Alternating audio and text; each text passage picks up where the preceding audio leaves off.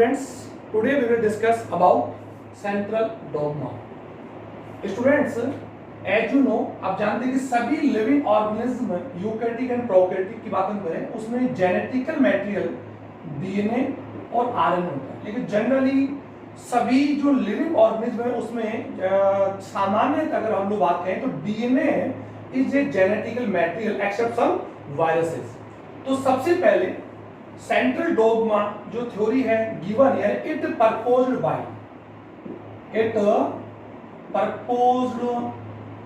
Bye Francis Crick in 1958। यानी ये central dogma जो थ्योरी है वो फ्रांसिस क्रिक के द्वारा दी गई। और अकॉर्डिंग दिस थ्योरी या अकॉर्डिंग सेंट्रल डोगमा कि all genetical informations flow always in unidirectional like DNA from DNA to RNA। या यूं भी कह सकते हैं कि सेंट्रल डोगमा के अनुसार अगर हम कहें तो the flow of genetical information is always unidirectional like DNA to DNA या from DNA to RNA। Okay students, क्योंकि हम सब जानते हैं कि सभी जो जेनेटिकल जो मटेरियल है सभी ऑर्गेनिज्म में वो कौन है, डीएनए है। और DNA associate with positive charge stone proteins and form chromosomes in eukaryotic. अगर हम यूकैरियोटिक प्राणियों की बात हम करें, यूकैरियोटिक ऑर्गेनिज्म की बात हम करें तो उसमें डीएनए जो होता है वो स्टोन नॉन स्टोन प्रोटीन के साथ एसोसिएट होकर क्रोमोसोम फॉर्म करता है। और प्रोकैरियोटिक जो ऑर्गेनिज्म होते हैं उसमें जो जेनेटिकल जो मैटर होता है डीएनए, ओके स्टूडेंट्स, वो एक्चुअली में क्या होता है कि वो प्रोटीन के साथ जनरली एसोसिएट तो नहीं होता, लेकिन नॉन स्टोन जो प्रोटीन्स होते हैं वो उसे एक जगह यूं कह सकते हैं कि पैकेजिंग का वर्क करते हैं। तो हम उसको नेक्स्ट वीडियो में डिस्कस करेंगे। तो सेंट्रल डोगमा जो क्रिक ने बताया, इट प्रपोज्ड बाय क्रिक, और according to central dogma the flow of genetical information always is unidirectional like from DNA to RNA. अब मैं इसको आपको समझाता हूं कि सभी जो ऑर्गेनिज्म होते हैं उसमें जेनेटिकल और जो मटेरियल होता है वो डबल स्ट्रैंड डीएनए होता है और जेनेटिकल इंफॉर्मेशन डीएनए के पास स्टोर होती है और वो स्टोरेज एक्चुअली होती है जेनेटिकल कोड्स के फॉर्म के अंदर। ओके, तो हमेशा क्या होता है कि जो जेनेटिकल इंफॉर्मेशन होती है उसका जो फ्लो होता है वो हमेशा यूनिडायरेक्शनल होता है और होता है DNA to RNA and RNA to protein. Okay student, आप इसको समझेंगे।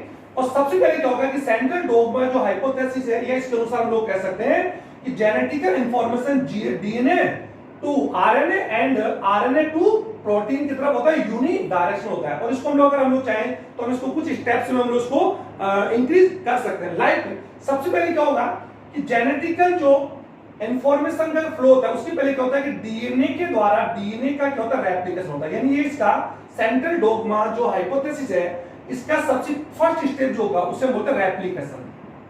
ओके स्टूडेंट, और हम लोग इसको आगे की वीडियो में रेप्लिकेशन। ओके स्टूडेंट, तो इसको हम लोग आगे पढ़ेंगे। Replication A process by which formation of DNA from DNA, यानी डीएनए से डीएनए के फॉर्मेशन को हम क्या बोलते हैं, रेप्लिकेशन। तो सबसे पहले क्या होता है, first of all DNA produce new DNA या new offspring DNA. Okay student, by process replication. तो इसमें क्या होगा कि डीएनए से डीएनए, उसके बाद क्या होगा कि डीएनए से ये जो जेनेटिकल इंफॉर्मेशन, क्योंकि डीएनए का जो नंबर्स होगा या डीएनए की जो नंबर्स होते हैं वो क्या होते हैं, इंक्रीज होते हैं। और हम जानते हैं कि रेप्लिकेशन जो डीएनए का जो रेप्लिकेशन होता है या असेंबली होता है वो हमेशा सेल साइकिल में, ये हम लोग पढ़ेंगे आगे कि जब सेल डिवीजन करती है तो सेल साइकिल के अंदर हम जानते हैं कि इंटरफेज फॉर्म आती है। आपने कहीं ना कहीं पढ़ा होगा स्टूडेंट्स, इंटरफेज अग्रावस्था आती है। इस फेज के अंदर जो सेल होती है वो प्रिपेयर फॉर सेल डिवीजन की प्रिपरेशन होती है। और इसके अंदर आपने सुना होगा कि जो सेल डिवीजन है उसको हम लोगों ने इस प्रकार से डिवाइड किया हुआ है। इसकी फेज को हम लोग बोलते हैं एम फेज और इसको यहां से लेकर यहां तक हम उसको बोलते हैं इंटरफेज। ओके स्टूडेंट, ये हमारा इसका पॉइंट नहीं है।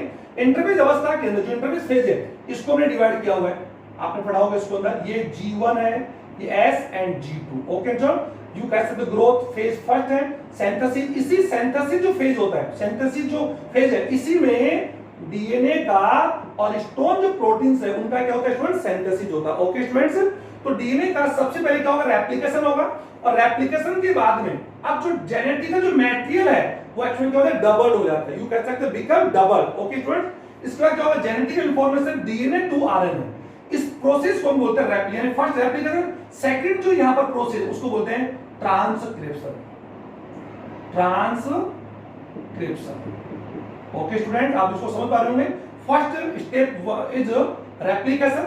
रेप्लिकेशन में बता दिया a process by which formation of DNA from old DNA या parent DNA, it is called replication. उसके बाद में क्या होता है after the replication genetic information flow DNA to RNA, it is by process transcription. और हम लोग ट्रांसक्रिप्शन को वी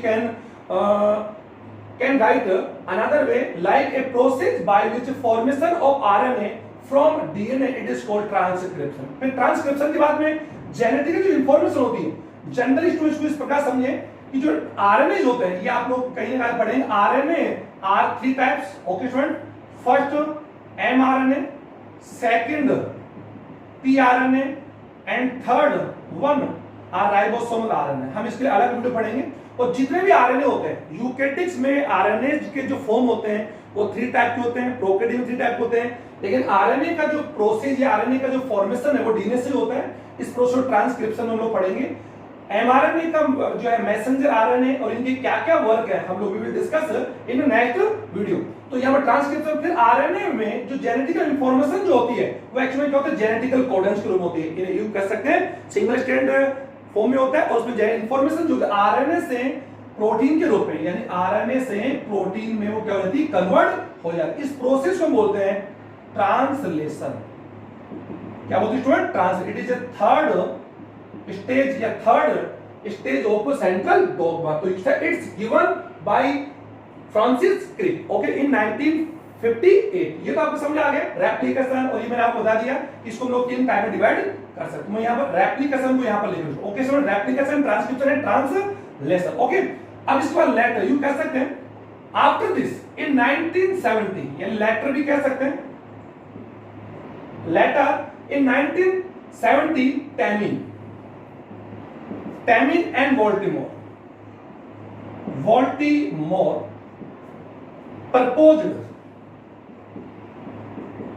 proposed that कि जेनेटिक इंफॉर्मेशन, जेनेटिक या यू कैसे propose that the flow of genetic information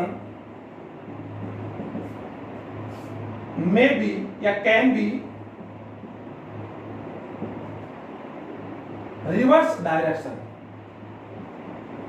reverse direction like from RNA to DNA. यानी in 1970 में टैमिन और वोल्टीमोर ने प्रपोज किया या डेवलप्ड किया या डिस्कवर किया कि जेनेटिक इंफॉर्मेशन का जो फ्लो है कैन बी रिवर्स, यानी रिवर्स डायरेक्शन में हो सकता है, लाइक आरएनए टू डीएनए हो सकता है। और यू कह सकते हैं इसी प्रोसेस को उन्होंने बोल दिया रिवर्स ट्रांसक्रिप्शन। क्या बोल दिया student, reverse transcription. Okay student, reverse transcription in some viruses, like TMV, tobacco mosaic virus, and HIV, like retrovirus. इन वायरसेस के अंदर जो जेनेटिकल जो इंफॉर्मेशन होता है वो एक्चुअली ये तो होता है, तो जेनेटिक इंफॉर्मेशन का इन्होंने बताया कि जेनेटिकल इंफॉर्मेशन रिवर्स भी हो सकती है, यानी इन्होंने जो कहा कि यूनिडायरेक्शनल होती है, यानी sir it is A unidirectional flow of genetical information. Okay students, यानी उन्होंने तो कहा कि यूनिडायरेक्शनल होता है और वो DNA to RNA and RNA to protein की तरफ होता है। लेकिन वोल्टीमोर और टैमिन ने यू कह सकते हैं 1970 प्रूव किया कि जेनेटिक इंफॉर्मेशन आरएनए टू, क्योंकि हम जान सकते हैं कि some viruses, some plants and animal viruses have RNA as a genetical material, क्योंकि उनमें आरएनए जो होता है वो जेनेटिकल मटेरियल होता है। जब हम जानते हैं कि वायरस में जेनेटिकल मटेरियल में भी डीएनए, आइदर डीएनए और आरएनए और डीएनए से हो सकता है। लेकिन अभी मैंने बताया टीएमवी वो जो वायरस है और एचआईवी में जेनेटिकल मैटेरियल जो होता है स्टूडेंट क्या होता है, आरएनए होता है। तो जेनेटिक इंफॉर्मेशन का सबसे पहले क्या होगा कि जेनेटिक इंफॉर्मेशन का फ्लो किस दिशा में होगा, डीएनए की तरफ होगा, यानी फ्रॉम आरएनए टू डीएनए। इस प्रोसेस को हम क्या होते हैं, आप देखा कि डीएनए टू आरएनए का फॉर्मेशन क्या होता है, transcription. It is A reverse, it is A reverse transcription. Okay student, आप समझ रहे होंगे शॉर्ट में। ओके स्टूडेंट, फिर आफ्टर दैट जेनेटिक इंफॉर्मेशन का फ्लो फिर क्या होता है, फ्रॉम डीएनए टू आरएनए। यानी यहां पर आप क्या देख रहे हैं कि जेनेटिक इंफॉर्मेशन का जो फ्लो होता है वो यूनिडायरेक्शनल नहीं बल्कि एक्चुअली क्या रिवर्स भी हो सकता है। कैसे हो सकता है, रिवर्स भी हो सकता है और फिर उसके बाद में आफ्टर दैट फॉरवर्ड हो सकता है। ओके, तो पहले रिवर्स और फिर फॉरवर्ड। इस प्रोसेस को क्या होता है, रिवर्स ट्रांसक्रिप्शन, और it process called transcription. Okay students, like these organism, in organism में भी ट्रांसक्रिप्शन होता है, लेकिन पहले रिवर्स ट्रांसक्रिप्शन होता है। लेकिन रिवर्स ट्रांसक्रिप्शन के लिए इनमें रिवर्स ट्रांसक्रिप्टेज एंजाइम कौन सा प्रेजेंस। ये जो रिवर्स ट्रांसक्रिप्शन जो प्रोसेस होता है वो actually reverse, it is a very good example या good question for NEET exam. Reverse transcriptase, okay sir, reverse transcriptase की प्रेजेंस में ये फॉर्म होता है, फिर ट्रांसक्रिप्शन होता है, फिर आरएनए से फिर किसका फॉर्म होता है, प्रोटीन का। सर इट इज कॉल्ड, इसे हम लोग कह सकते हैं टैमिनिन, क्या बोल सकते हैं, टैमिनिन प्रोसेस भी कह सकते हैं, या फिर इसको बोलते हैं रिवर्स ट्रांसक्रिप्शन भी कह सकते हैं। ओके स्टूडेंट, तो जेनेटिक इंफॉर्मेशन को लेकर सेंट्रल डोग्मा जो प्रोसेस था वो एचएफ, यू कह सकते हैं एचएफ क्रिक के द्वारा प्रपोज किया गया। लेकिन उसके बाद में इन 1970 यू कह सकते हैं टैमिन एंड वोल्टिमैन ने सजेस्ट किया कि genetic information can be reverse direction भी हो सकता है, like this. Okay student, RNA from RNA to DNA and that DNA to RNA. Okay student, it is a central dogma process. तो सर ये central dogma process है और ये central dogma का reverse, you कह सकते reverse transcription है। इसे हम लोग टैमिनिन, you कह टैमिनिन प्रोसेस भी कह सकते हैं। Thank you student, it is a important topic for NEET and as well as AIIMS exams. Okay, so इस वीडियो को आप लोग लाइक करें और ज्यादा से ज्यादा इसको देखकर सब्सक्राइब करें। Thank you student.